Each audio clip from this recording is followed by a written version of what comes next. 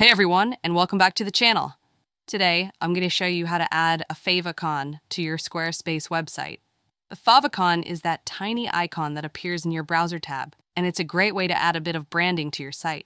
First, log into your Squarespace account and go to your dashboard. Then, select the website you want to add the favicon to and click Settings. Next, in the Settings menu on the left, click Browser Icon. This is where we'll upload our favicon.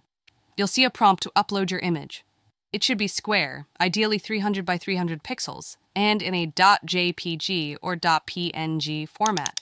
Click on the upload area, select your image, and let it upload.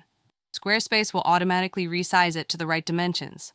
Once it is uploaded, you can see it live on your website by refreshing the page. And that's it! Your favicon is now displayed in the browser tab. It's a small detail, but it adds a professional touch to your site. If you need to change your favicon later on, just come back to this browser icon page and upload a new image. Thanks for watching. If you found this video helpful, please give it a like and subscribe for more tutorials. And if you have any questions, leave them in the comments below. See you next time.